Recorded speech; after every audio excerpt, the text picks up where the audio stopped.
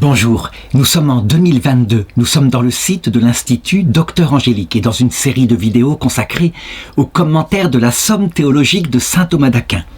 Je me sers du texte de la Revue des Jeunes, une édition qui date des années 1950 et qui donne le texte français et latin. D'autre part, je voudrais insister sur le fait que je ne suis pas thomasien, ça veut dire qu'il ne s'agit pas de répéter ce que disait saint Thomas d'Aquin, mais d'utiliser la même méthode et en ajoutant, je dirais, la science d'autre part, moderne, qu'il n'avait pas à son époque, et puis le développement du dogme qu'il n'avait pas non plus à son époque.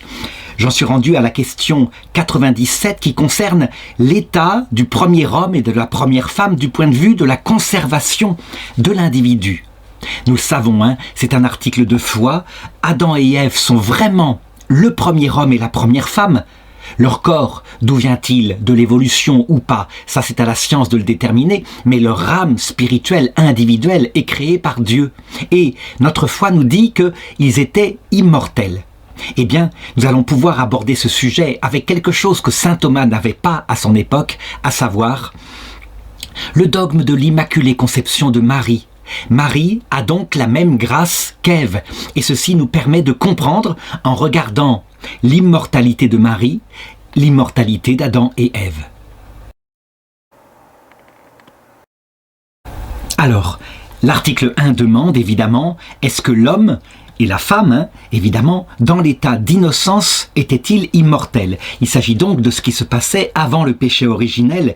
Et là, il y a un argument d'autorité qui est dans l'Écriture, même si, il est maintenant aussi dans le dogme. Par le péché, la mort est entrée dans le monde. C'est dans l'Épître aux Romains, chapitre 5, verset 12. Donc, manifestement, Adam et Ève étaient dotés d'immortalité.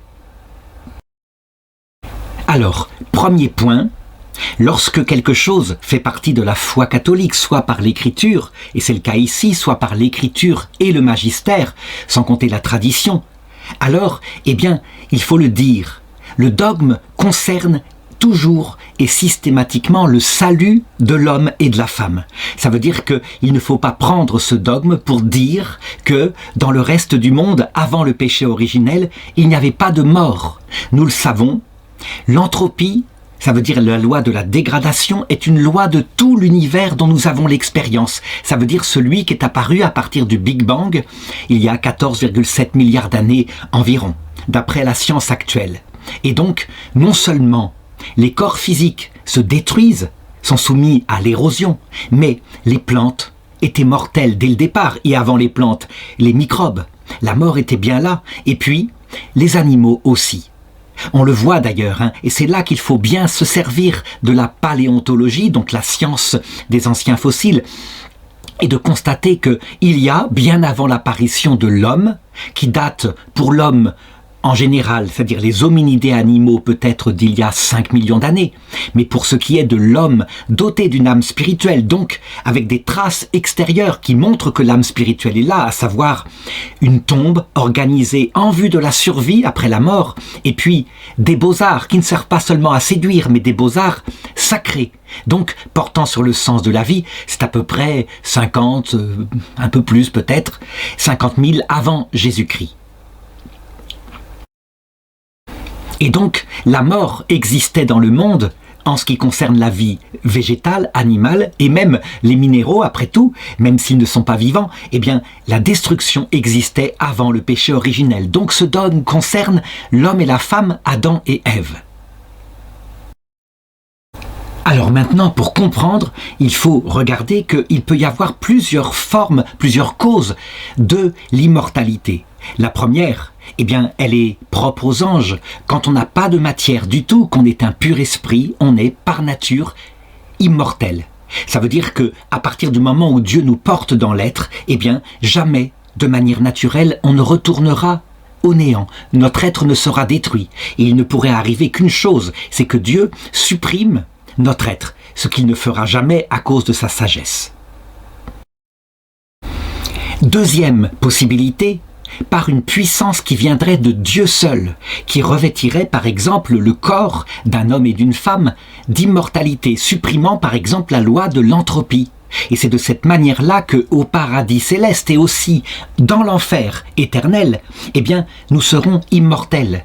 En ce sens que la matière qui nous compose aura été transfigurée, rendue indestructible, et notre âme revêtue d'une puissance de Dieu qui rendra le composé, corps et âme, immortel à jamais.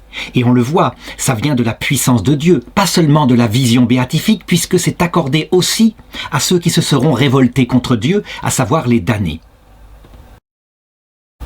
Il faut remarquer que dans cette immortalité-là, il y a certes la matière elle-même, mais il y a aussi Dieu qui revêt l'âme humaine, d'une puissance supérieure, ce qui fait qu'elle assume pleinement cette matière qui d'ailleurs lui est adaptée. Eh bien, cette forme d'immortalité ne convenait pas à Adam et Ève dans le paradis terrestre. Voilà pourquoi il faut parler d'une autre façon. L'immortalité d'Adam et Ève venait non pas de l'union de l'âme et de leur corps, qui est le même que le nôtre, donc leur corps est corruptible, comme le prouve le texte de la Genèse, ils devaient manger, ils auraient donné la vie à des enfants de la même manière que nous. Ils vivaient dans le même monde que nous, avec ce corps soumis à la corruption. Leur immortalité venait d'une grâce de Dieu, avec l'aide des anges. Qu'est-ce qui peut faire que Adam et Ève, qui ressemblent au Christ et à la Vierge Marie, puissent mourir? Eh bien, plusieurs choses. Il y a d'abord un accident. Et sous ce rapport-là,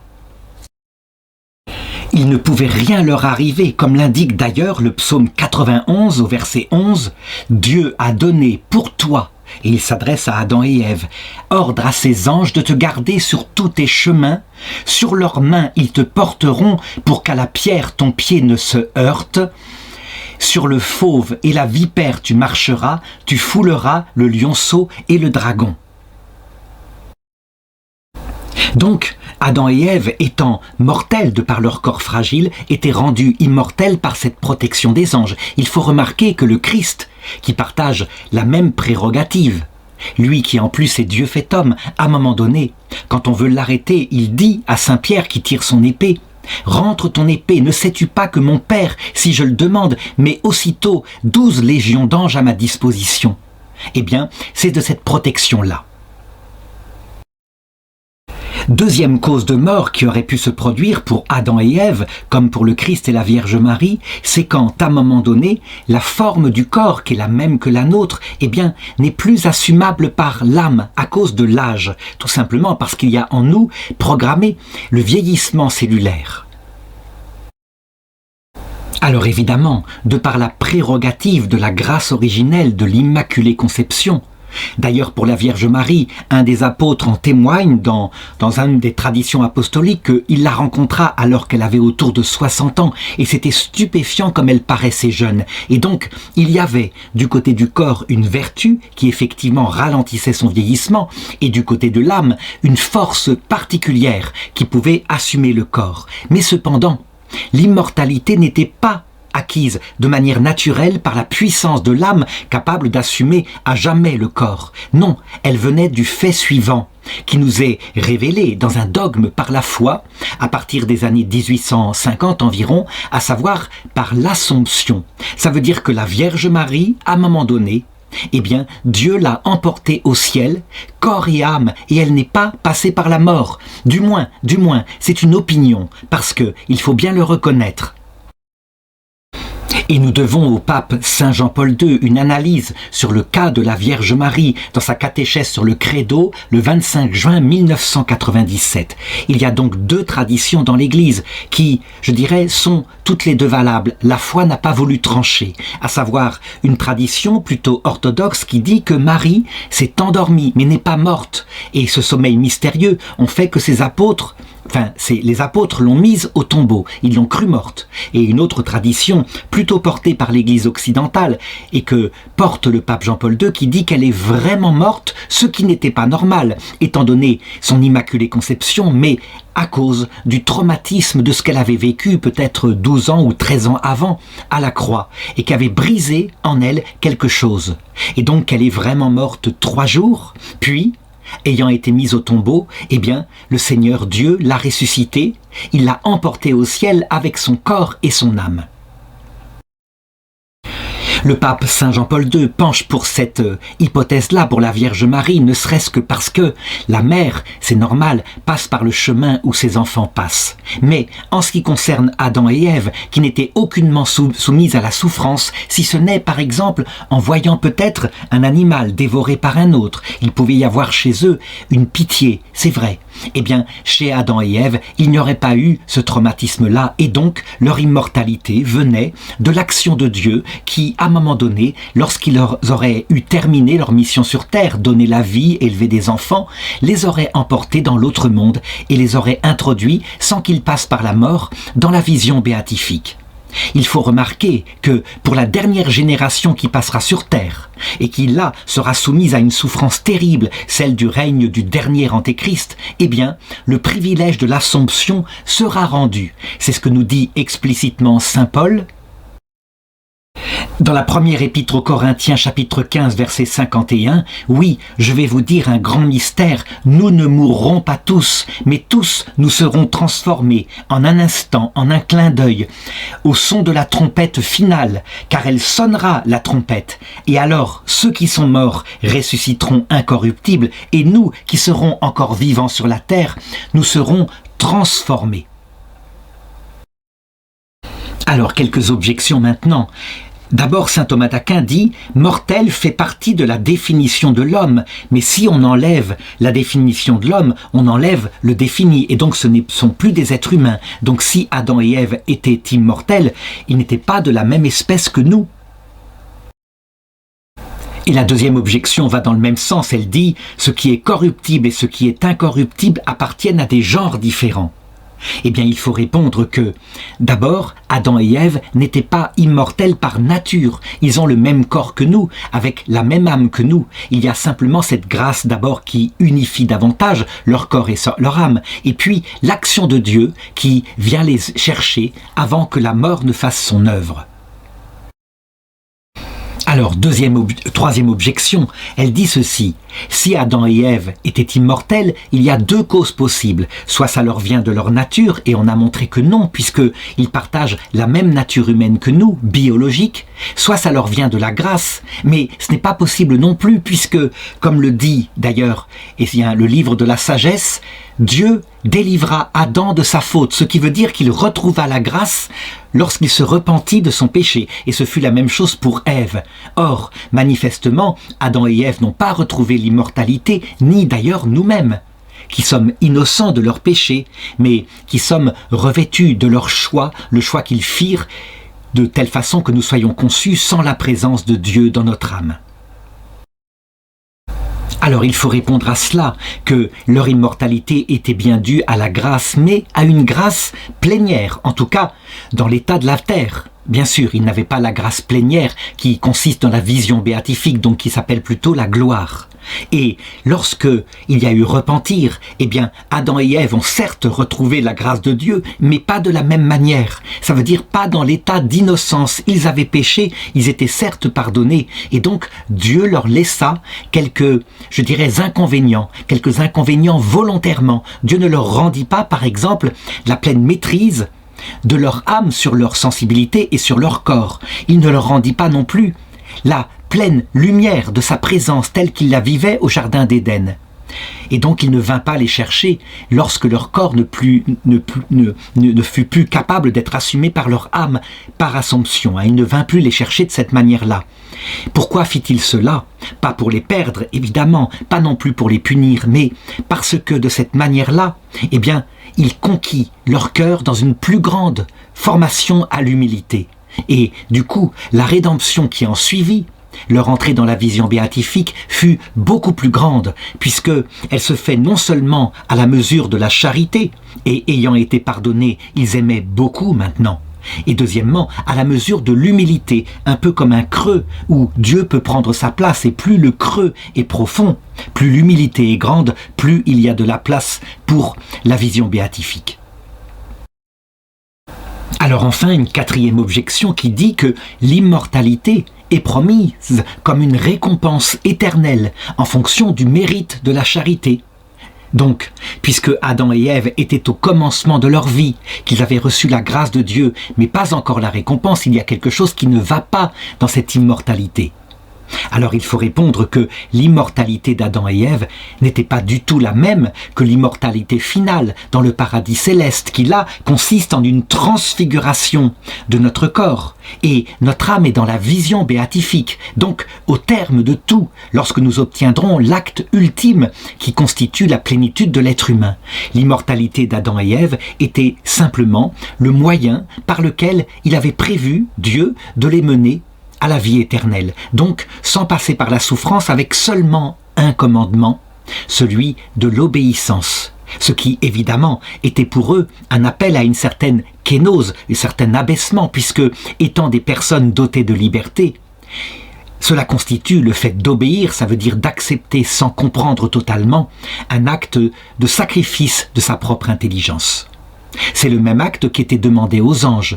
Et donc ce n'est que postérieurement au péché que Dieu entra dans une autre pastorale, un autre gouvernement de l'homme et de la femme à travers le salut par la souffrance et divers degrés de souffrance, la croix du mauvais larron pour l'homme lorsqu'il était pervers, la croix du bon larron lorsque l'homme était juste mais pas encore entré dans la grâce, et la croix du Christ pour nous, chrétiens, qui a tout son sens, qui nous permet de collaborer à la rédemption des deux autres sortes de croix. Alors vient ensuite l'article 2 qui demande « L'homme et la femme étaient-ils impassibles ?» Alors, je répondrai d'abord comme argument d'autorité. Pour connaître Adam et pour connaître Ève, nous avons le modèle en Jésus-Christ et en la Vierge Marie. Sauf que Jésus-Christ n'est pas une personne humaine, il est la personne de Dieu qui a assumé une nature humaine. Mais peu importe, il y a quelque chose d'analogue, en tout cas dans sa nature humaine. Et donc il est dit en Jean chapitre 11 verset 35 que Jésus pleura après la mort de Lazare, ce qui montre manifestement que Jésus est sensible et donc qu'il n'est pas impassible.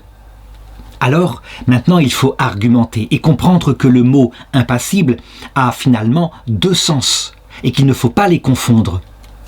Le premier sens, ce serait un sens d'insensibilité. Ça veut dire une incapacité à ressentir des émotions, en particulier, par exemple, la douleur, comme ici. Et sous ce rapport-là, l'impassibilité ne convient ni au Christ, ni à la Vierge Marie, ni à Adam, ni à Ève, avec tout de même une différence. C'est que le Christ et la Vierge Marie sont plongés dans un monde soumis au péché, les actes de péché de tous les hommes, et donc leur sensibilité est bouleversée à la vue de ce péché, alors que Adam et Ève sont simplement dans un monde innocent, où certes il y a la souffrance animale, il y a des prédateurs et des proies, et sous ce rapport-là, il peut y avoir une sensibilité d'Adam et Ève lorsqu'ils voient, par exemple, la souffrance d'un animal qui est dévoré par un autre.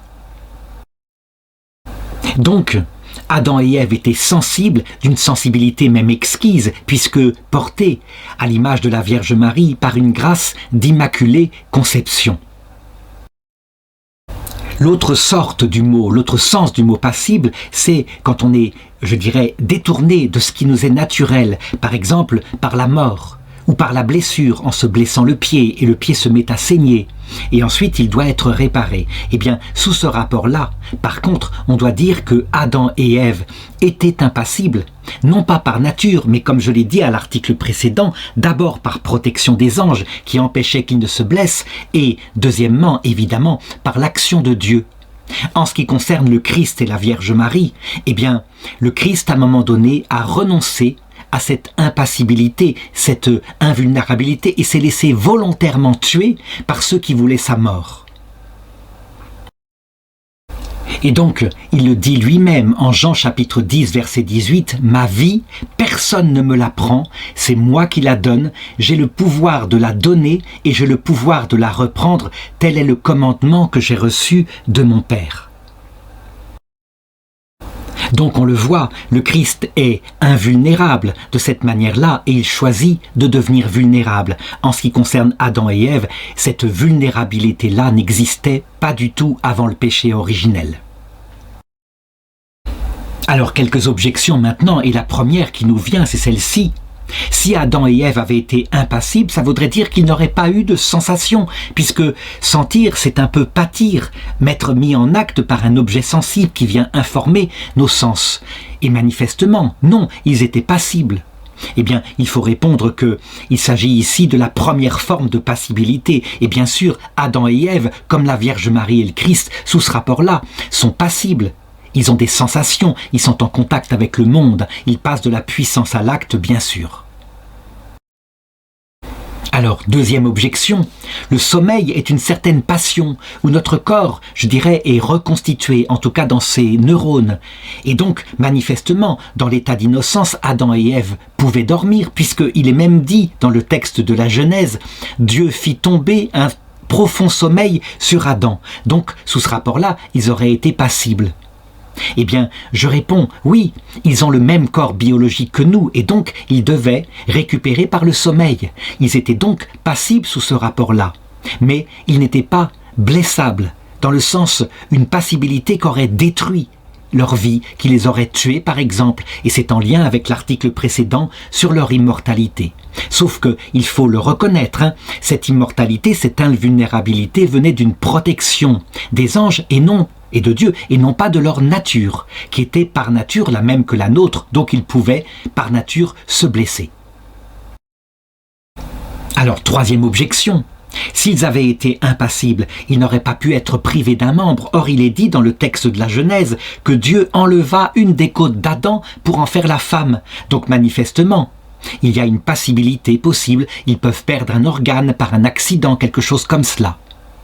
Alors il faut répondre que ce verset concernant la côte d'Adam, manifestement, en tout cas l'Église là-dessus, véritablement laisse libre, manifestement signifie quelque chose de plus profond qu'un simple verset matériel, à la différence du Christ, où lui, véritablement, dit saint Augustin, a eu son côté percé par une lance, et de ce côté est née la femme nouvelle, la nouvelle Ève, la Vierge Marie, l'Église.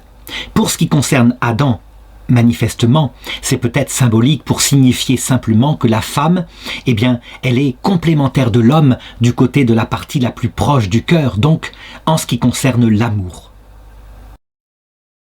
Alors enfin, quatrième objection, le corps d'Adam et Ève est fait de chair, il est donc mou, fragile. Je dirais, s'il est blessé par une pierre, par exemple, alors forcément, le sang coule quelque part, et donc il était forcément passible de cette façon-là. La réponse est que oui, il l'était par nature, mais il y avait une protection particulière du ministère des anges, comme je l'ai dit dans le corps de l'article précédent. Et donc je redonne la référence du texte, il s'agit du psaume 91, 11. « Dieu a donné pour toi ordre à ses anges de te garder sur toutes tes voies.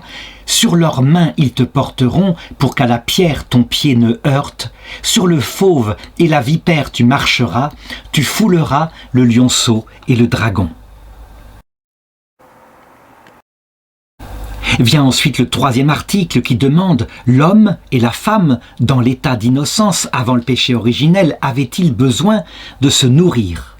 Et donc, manifestement, un argument d'autorité, Genèse chapitre 2, verset 16, « Tu peux manger de tous les arbres du jardin. » Donc, je l'ai dit, si nous voulons comprendre l'état très lointain, il y a peut-être 50 000 ans, du premier homme et de la première femme spirituelle, dont la réalité est affirmée par la foi, ce ne sont pas le symbole d'une espèce en cours d'évolution, puisque leur âme est individuelle. Eh bien, il faut regarder l'état de la Vierge Marie, qui est un état qui est le même que le nôtre du point de vue du corps. Ça veut dire que le corps de la Vierge Marie vit sa vie biologique, et donc est fait de la même matière que nous dans l'état où elle est actuellement. Or, tout ce qui est actuellement parti de l'univers visible par le domaine de l'expérience est fait de la même matière, hydrogène, oxygène, carbone, etc. Et est donc soumise à une loi universelle que décrit la physique, la loi de l'entropie, donc de l'augmentation du désordre. Ça veut dire que, par exemple, mon corps, parce qu'il produit une température de 37 degrés, perd de l'énergie qui s'évapore. Et il faut donc absolument que, par de la nourriture, je me refournisse en énergie. Si je ne le fais pas, je mourrai.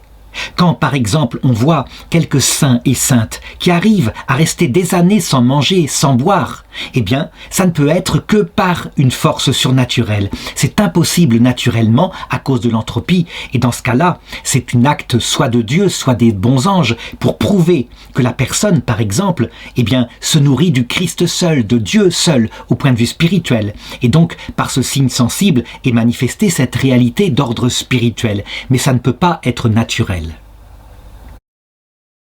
Alors, il pourrait y avoir une objection qui consisterait à dire, mais parce qu'ils avaient une présence intime de Dieu beaucoup plus forte que celle justement de ces mystiques actuels, eh bien, la présence de Dieu suffisait à nourrir leur corps, et donc Adam et Ève n'avaient pas besoin de manger avant le péché originel.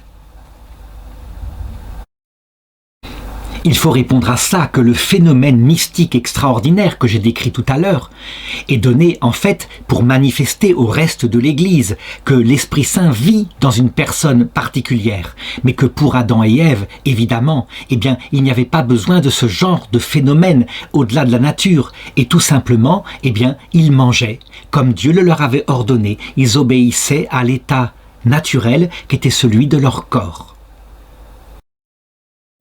Alors enfin, si on objecte l'idée que dans la vie éternelle, lorsque nous serons ressuscités, là nous n'aurons plus besoin de manger, eh bien il faut répondre que la présence de Dieu dans l'âme d'Adam et Ève n'était pas la vision béatifique. Et donc c'est très différent. De même, leur corps n'était pas transfiguré, je dirais transformé dans une autre matière, une matière qui était débarrassé de l'entropie, comme ce sera le cas dans l'éternité. Et donc, le paradis terrestre ne doit pas être confondu avec le paradis céleste. Alors, quelques objections, dont la première dit, eh bien, le corps d'Adam et Ève était incorruptible. Donc, ils n'avaient pas de déperdition, donc ils n'avaient pas besoin de manger pour renouveler l'énergie en eux. Eh bien, je l'ai dit à l'article précédent, le corps d'Adam et Ève n'est pas incorruptible par nature, mais par l'action de la protection des anges et ensuite par l'action de Dieu qui vient les chercher pour les monter au ciel sans qu'ils aient à passer par la mort, au moment où leur corps n'est plus assumable par leur âme.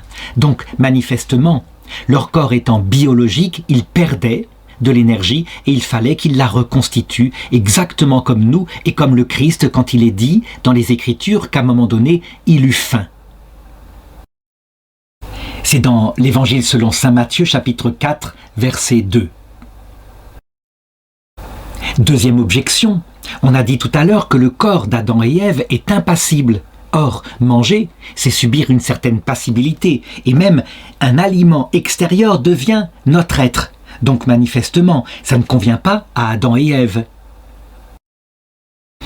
Alors il faut répondre à cela, je l'ai dit à l'article précédent. L'impassibilité d'Adam et Ève signifie qu'ils ne sont pas vulnérables, ils ne peuvent pas être blessés, tués d'une façon ou d'une autre. Il y a une protection venant des anges et venant de Dieu. Par contre, leur corps est sensible et donc, pareil, leur corps étant biologique, ils perdent de l'énergie et sous ce rapport-là, il doit donc se sustenter. Alors, troisième objection, Adam ne péchait pas, donc ils étaient immortels. Donc manifestement, ils n'avaient pas besoin de manger. S'ils n'avaient pas mangé, ils ne seraient pas morts. Et donc, il n'y a pas besoin de dire qu'ils mangeaient.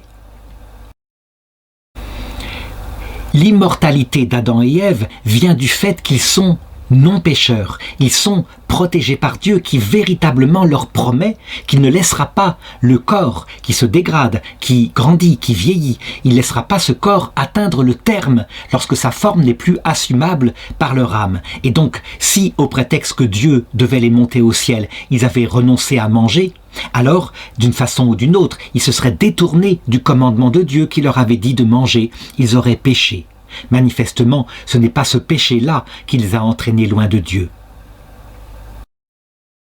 Alors, quatrième objection, s'ils mangent, ça veut dire qu'ils vont aux toilettes. Or, l'état de perfection, d'innocence du chef-d'œuvre de Dieu, Adam et Ève, semble contradictoire avec cela, qui est évidemment une impureté, comme le montre la loi ancienne, la loi de Moïse. Il y a là quelque chose de sale. La réponse est donnée par Jésus, qui le dit bien. lorsque nous mangeons, l'aliment va dans le ventre et puis il va dans les lieux d'essence. Et c'est pas ça qui rend l'homme impur. Ce qui rend l'homme impur, c'est ce qui sort de son âme, la gourmandise, la goinfrerie, la violence, l'impudicité, etc. Ce qu'Adam et Ève ne commettaient pas. Et donc, leur état biologique était là, certes, eh bien, avec sa réalité, pour leur montrer, évidemment, qu'il y a un pas qu'ils ne devaient pas franchir entre la pureté spirituelle et le péché spirituel. Et ceci leur était donc signifié, puisque ce sont des hommes et des femmes, donc des êtres sensibles, par eh bien, quelque chose de sensible, en particulier dans la vie animale, avec les prédateurs et les proies, qui leur révélait que la mort était aussi une réalité physique s'ils péchaient. L'article 4, enfin, demande « Est-ce que l'homme et la femme auraient obtenu l'immortalité s'ils avaient mangé de l'arbre de vie ?» Et là, eh bien, il faut regarder ce que dit l'Écriture en Genèse chapitre 3, verset 22. « Puis Dieu dit « Voilà que l'homme est devenu comme l'un de nous pour connaître le bien et le mal. » Qu'il n'étende pas maintenant la main, ne cueille aussi de l'arbre de vie, n'en mange et ne vive pour toujours. Aussi Dieu le renvoya du jardin d'Éden, il bannit l'homme et posta devant le jardin d'Éden les chérubins et la flamme du glaive fulgurant pour garder le chemin de l'arbre de vie. Il faut le reconnaître, tout au long de l'histoire de l'humanité, il est arrivé des tyrans, ici ou là, qui cherchèrent d'une façon ou d'une autre l'arbre de vie, compris de manière matérielle. Ça veut dire comme un remède particulier qui leur permettrait d'être immortels sur terre.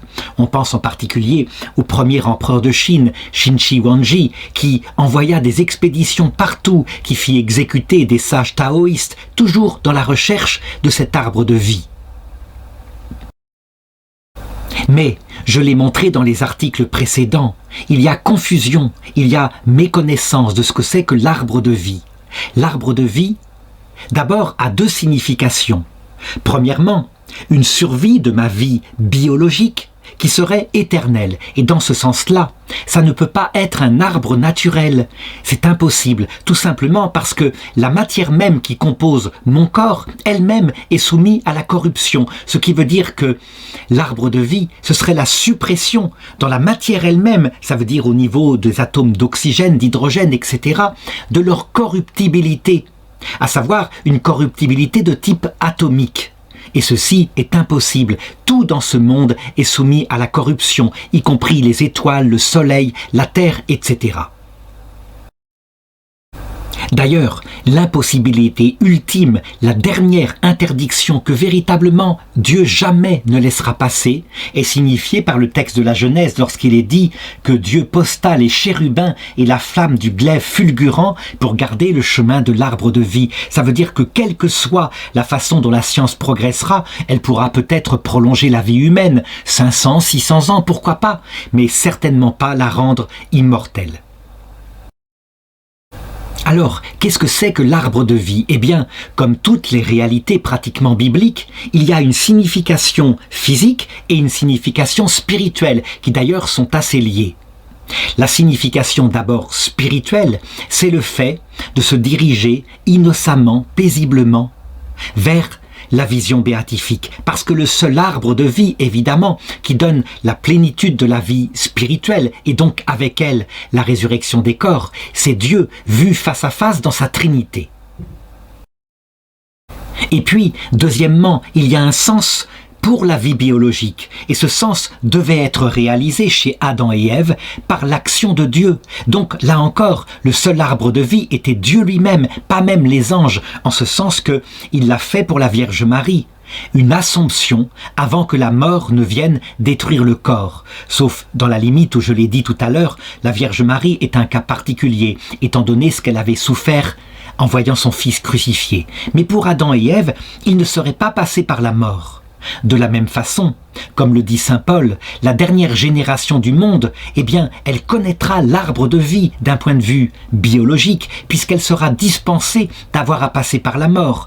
Et lorsque le Christ reviendra à la toute fin de la dernière génération, eh bien, ceux qui seront encore vivants sur terre seront simplement transformés, sans avoir besoin d'avoir un corps qui se dissolve. On peut donc se demander maintenant pourquoi tout homme est donc condamné à passer par la mort biologique.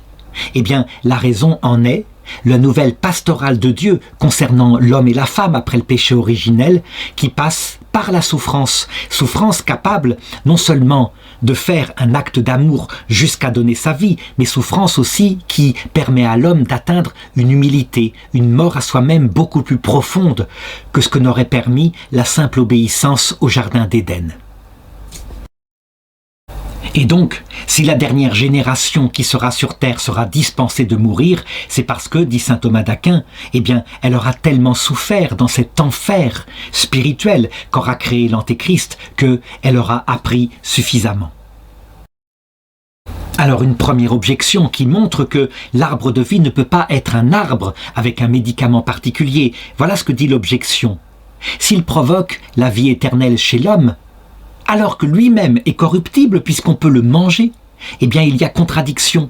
Une cause ne peut pas produire un effet qui le dépasse elle-même, et donc l'arbre de vie ne peut pas être un arbre biologique. Eh bien cette objection, il faut l'accorder. Ça veut dire que tous les remèdes qu'on pourra inventer, et même les manipulations génétiques pour prolonger la vie humaine, qui seront biologiques, jamais ne seront l'arbre de vie. Elles ne pourront que prolonger la vie, quelquefois, c'est le cas actuellement, prolonger l'apparence de jeunesse et rien de plus. Deuxième objection, si l'arbre de vie avait été un arbre biologique, ça voudrait dire qu'il y aurait eu un remède naturel pour provoquer l'immortalité. Et donc l'immortalité serait naturelle, alors qu'on a montré qu'elle ne pouvait pas être naturelle, qu'elle était due à la puissance de Dieu. Eh bien cette objection-là aussi, il faut la concéder.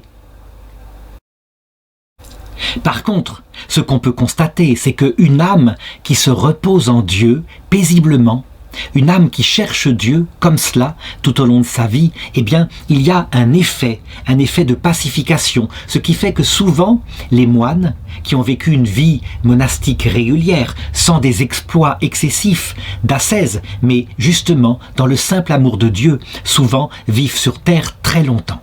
Mais ce n'est pas l'arbre de vie. Encore une fois, ce n'est pas une vie éternelle. Alors enfin, troisième objection, si on affirme qu'il y a un arbre de vie, on voit bien, on retombe dans les anciennes superstitions, les rêves fous des anciens, comme j'en ai parlé au début du corps de cet article. Manifestement, c'est quelque chose qui n'existe pas, la science peut le démontrer. La réponse est que oui, la science le démontre parfaitement. L'éternité est impossible, et pourtant, on voit les scientifiques qui utilisent volontairement l'espoir d'un homme prolongé qui pourrait vivre éternellement. Alors on passe par des machines, etc., toutes sortes d'inventions. La réalité est que on devrait dire simplement que on pourrait prolonger la vie. Ça, c'est à la portée de l'homme, mais certainement pas la rendre immortelle, puisque ce n'est même pas à la portée de l'univers tel que nous en avons l'expérience. Alors enfin, une dernière objection que je voudrais ajouter, eh bien, c'est le diable. Est-ce que l'arbre de vie ne serait pas le diable, puisqu'on le voit qui dit à Adam et Ève « Non, vous ne mourrez pas ». Et on le voit d'ailleurs dans son paradis, entre guillemets, à savoir l'enfer qu'il propose, qui est le monde où est exalté l'amour de soi poussé jusqu'au mépris de Dieu et du prochain. Effectivement, il y a immortalité. Eh bien, il faut répondre à cela que l'immortalité promise par le diable en enfer à Adam et Ève n'est pas l'immortalité biologique, puisque en enfer, évidemment, si on y va, c'est après être passé par la mort physique, puisqu'on s'est détourné de Dieu et que seul Dieu peut, par assomption, rendre immortel notre corps. Ce n'est pas du tout au pouvoir du démon. Par contre, ce qui est vrai, et c'est là qu'on voit qu'il y a demi-mensonge chez lui, c'est que l'âme, effectivement, est immortelle et que d'autre part, Dieu ressuscitera les damnés. Non pas parce qu'il veut les punir, mais parce que, respectant leur choix ultime qui vient de leur liberté, eh bien, il leur rendra la perfection de leur être. Et ils pourront accomplir, dans une certaine mesure, dans les limites que Dieu leur donnera, eh bien, ce qu'ils veulent absolument, c'est-à-dire une vie où ils sont maîtres du bien et du mal.